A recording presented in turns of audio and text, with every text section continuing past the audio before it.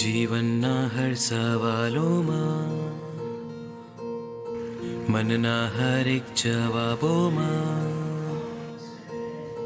સંગ રહેજો, સંગ રહેજો તારા આપણી વચ્ચે એવો ગુરુ ભક્ત બેઠો છે અત્યારે જે અહીંયા બેઠા બેઠા ગુરુદેવનું ભૂ ચિત્ર આપણે તો આમ બંધ કરીને ભક્તિ કરતા હતા, પણ અહીંયા બેઠો બેઠો ગુરુદેવની એક આકૃતિ સાથે જોડાતો હતો, ગુરુની આંખો સાથે જોડાતો હતો, ગુરુના મુખમંડળ સાથે જોડાતો હતો. આ કેવી એવી ભક્તિ છે, કેવી એનો ભાવ છે. એકવાર ઉભો થઈ જાઓ, એનું નામ શું છે તમને ખબર જ હશે. મિતુલ.